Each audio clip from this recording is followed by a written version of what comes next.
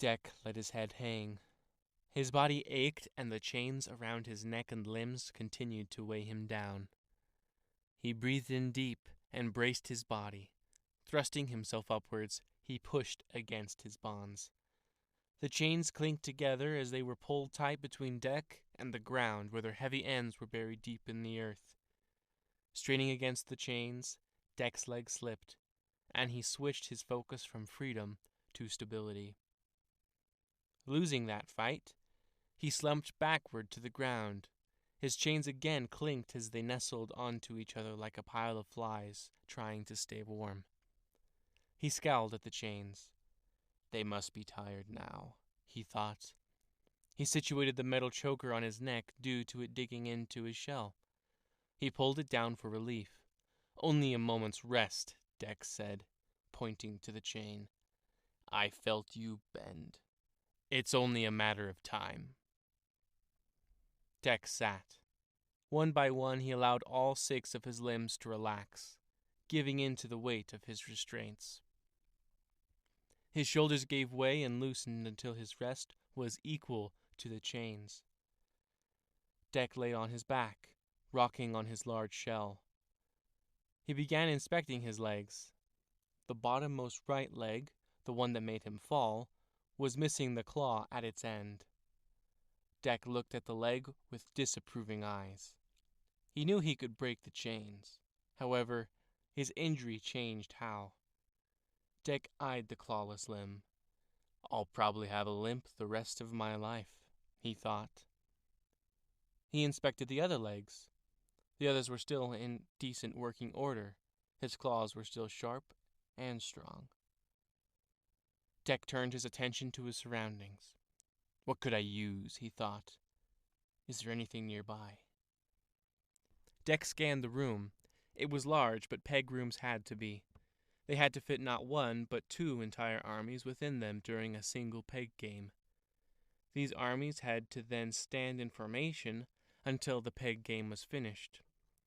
The soldiers would remain silent for hours, and in some cases days, as their elder sisters traded their lives in front of them to gain the tactical advantage. The game was finished once one of the 2 queen pegs had been killed or starved to death. On occasion, there was a draw, where only 2 queens remained but no colony members. But that was rare. Almost as rare as slaying a queen while her army was still standing. By the end of the game, the force which lost, rather than reenact their slaughter, would surrender and assimilate into the victorious army ranks. The queen who lost would then serve the victorious one, a service and bondage that Dek found pathetic. From his laying position, Dek spat. His spit landed on the table and oozed into several of the evenly spaced holes which occupied the entirety of the peg table's surface. He smiled as the brown spittle oozed off the table and onto the dirt floor. The doors to the peg room complained as they began to open.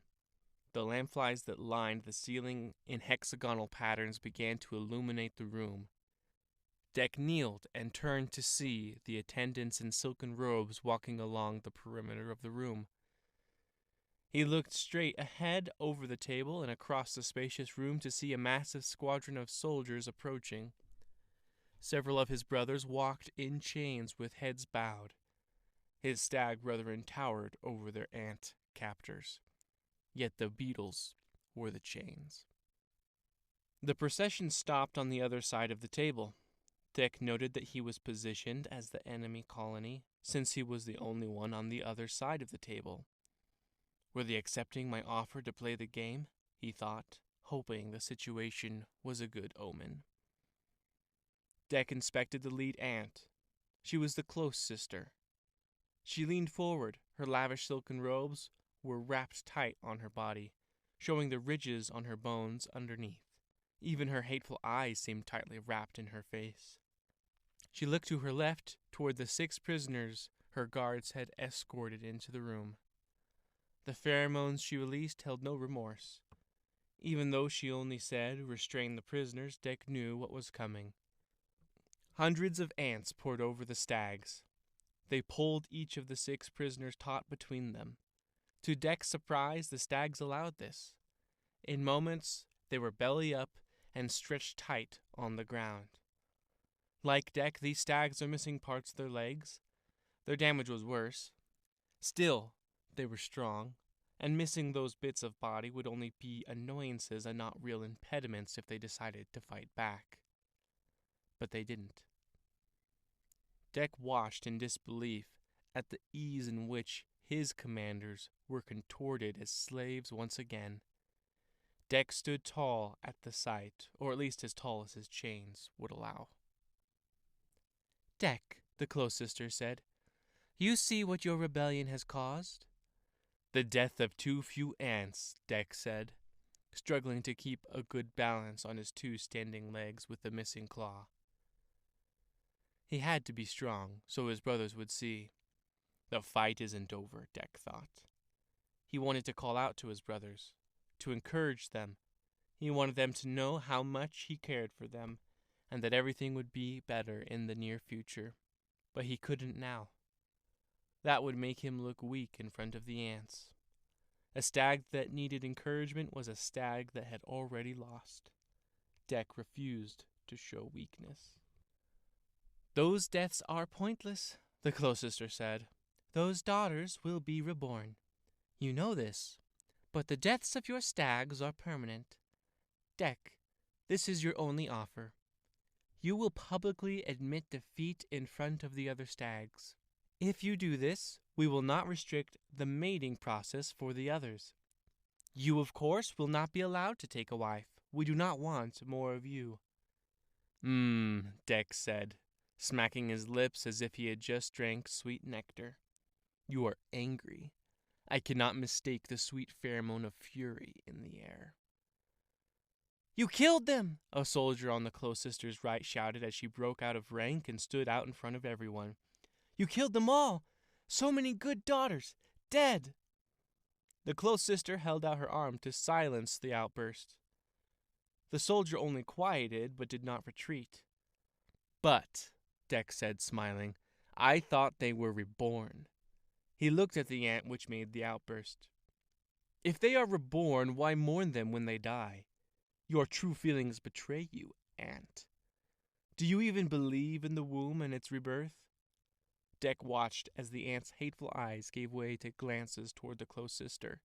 The ant fled from the front of the army to conceal itself from its captive. Dek scoffed. "Do you accept the queen's offer?" the close sister said. "Offer?" Dek said. "Accept? No! I do not accept bondage. I do not accept slavery. I do not admit defeat. As long as I and my brothers draw breath, we will—" "Please, Dek," one of the prisoner stag beetles said. It caught Dek off guard. It was Mouth, the closest stag he had to a real brother. The others began adding their pleas to the first. "Want to live, to have wives, have grubs, please, must live." Dek did not know how to respond. He moved his mouth, but no words came out. Only days before, these very stags were some of the most devout supporters of the Stag Freedom Army. Now they pleaded with him while they acted helpless, begging him to surrender. Something deep within Dek ignited. It felt hot even to him. It stoked hotter and hotter as more requests from his brothers petitioned him to admit defeat until his claws clenched and trembled. The emotion within him was too strong. If he did not let it out, it would rip itself free from the chest of his chitin shell. "You want me to surrender?" Dek said, raising his voice. "After all that we've accomplished? We've held off the ants for years. We've freed so many of our brothers.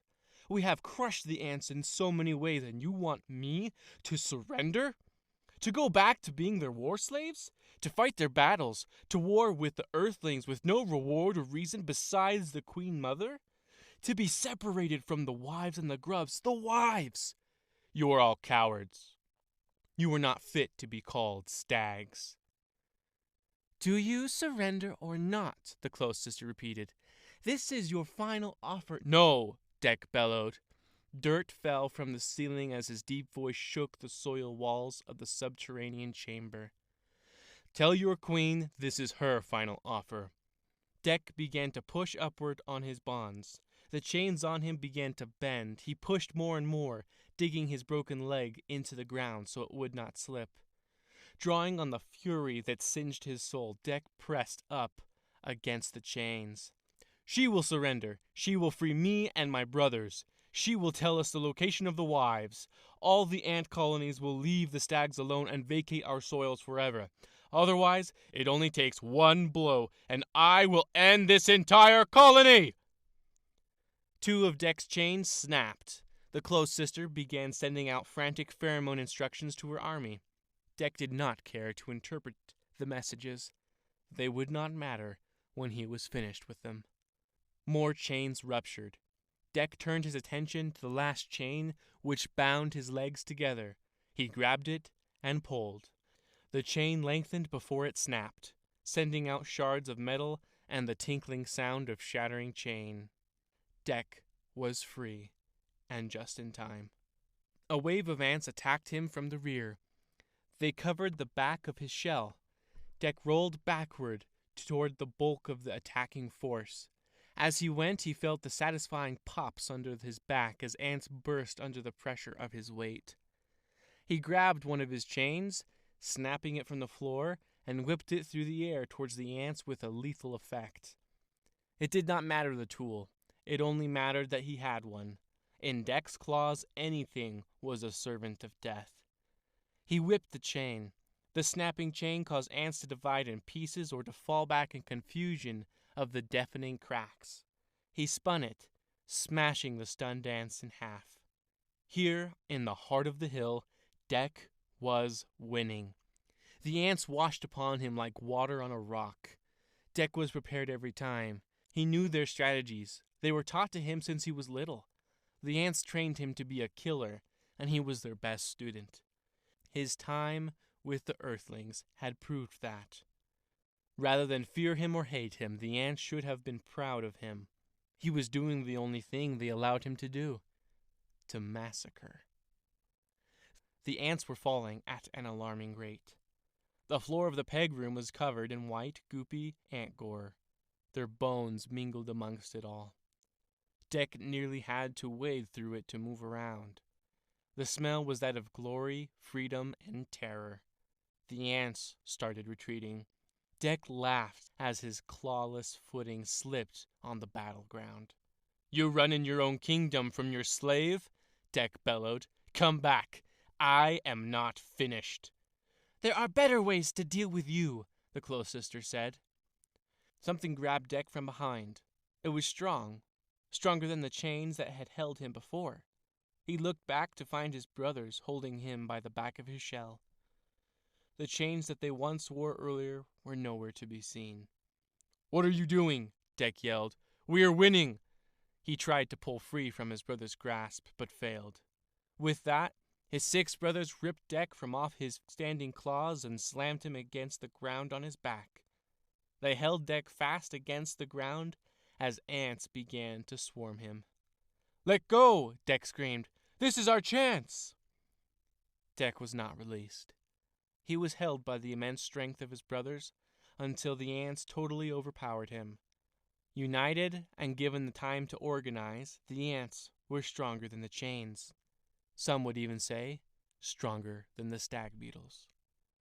The close sister stood over Dek's head, looking down into one of his 2 large eyes. "You have denied your final offer." She nodded to her ant army. They did not need a pheromone signal this time. They began to pull at his legs. When the chains were stretched, they complained and bent until they snapped with a sharp noise similar to that of shattering glass. That sound was much different than the crunching and fleshy pop made by Dek's arms being ripped off. Dek screamed in pain as he was robbed of all 6 limbs. Before he could plan, before he could even think, he was flipped over, belly down. The ants began to pull again, this time on his rear elytra shell, his hard outer wings. Those snapped off. As soon as they were removed, his softer flying wings were also confiscated by ants chewing them free. Dek could then feel the mandibles of many ants chewing at his neck. Dek smelled a pheromone command. "Stop," it said. The ants removed themselves from Dek's neck. Now limbless and totally wingless, he wiggled on the ground like a pathetic worm, trying to kill something or at least get away. Tears welled up behind his eyes. Tears for the dark betrayal of his brethren. "I was so close," Dek yelled. "I could have finished them all myself. You're all cowards." Dek smelled more pheromones. Confusion and questioning were the most prominent emotions coming from the ant army. One scent hung over all the others in response. "Example," came the command from the close sister. Dek was flipped over onto his belly once again. He felt something hard and wooden slap down against his back. Ropes were then passed around him and the stick until he was secured against it. Dek was hoisted into the air on one end of the stick while the other end was buried in the ground next to the peg table. He tried to squirm in protest, however, as he moved, something sharp stabbed him in the back. He nearly cried out in pain. What could pierce my shell, he thought. He then remembered. The hard elytra were gone. "Welcome, Dek, to your new home," the close sister said. "You did not accept the offer of the queen. That would have brought you a swift death. Now you are an example, a message of fear to all other stags who disobey, and to all of the enemies we will conquer at this table." She caressed the peg table. "You have become likely the single most persuasive piece of art in this room." She smiled, looking up at him. Dek hung in the air. He looked down, examining the stumps of his legs he had remaining. They moved in a futile resistance to his situation. What was more, he had shifted his weight and was being stabbed in the back again. The pain of the mysterious blade sticking into his back nearly paralyzed him. The ants climbed onto his face and began to chew. By the time it was over, neither antennae nor mandible were left.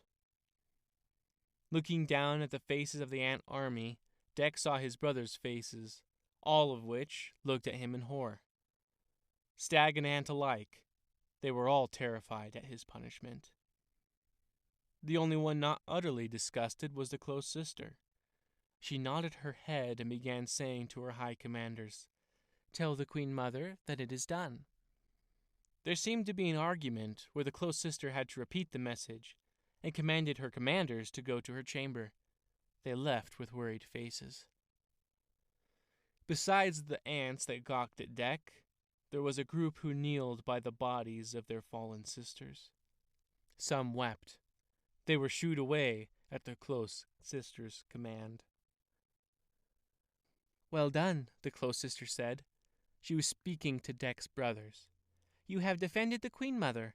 You will be sent to the wives and receive your reward, and your posterity will live to continue to bless Mother. May this day forever rot in your shells," Dek finished. The words were difficult to form in his mouth due to the many cutting bites of the ants. "May it forever rot in your posterity. When your grubs look up and ask, 'Why is father in chains? Why is mother in chains?' you will have no answer but this, that you chose chains over freedom. You chose the easy way. You betrayed your own for your own pathetic lives. Our fathers died for freedom, and you gave up freedom when it was within your grasp." Dek stared at each of his brothers in turn. They could not look him back in the eyes. They turned away, not wishing to continue beholding his sorry state and not able to confront his words. "Everyone leave," the close sister commanded. All departed. Ant warriors comfort each other, which received a disapproving look from the close sister and correction from her as well. They will be reborn in mother's womb, little sisters.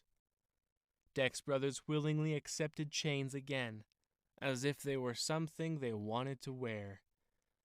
All continued to exit, ants carrying away Dim's legs and wings, as well as their fallen sisters from the room, until it was only Dek and the close sister.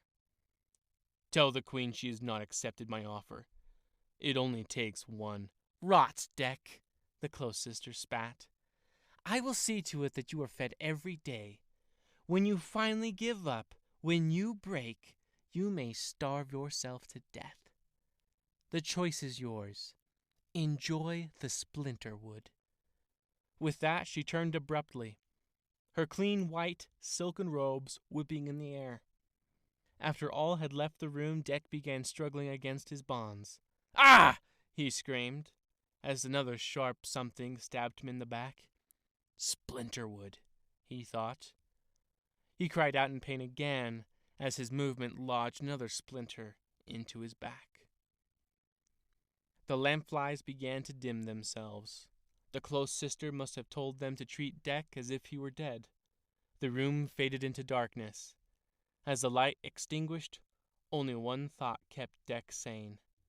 Just one blow, he continued to mutter to himself.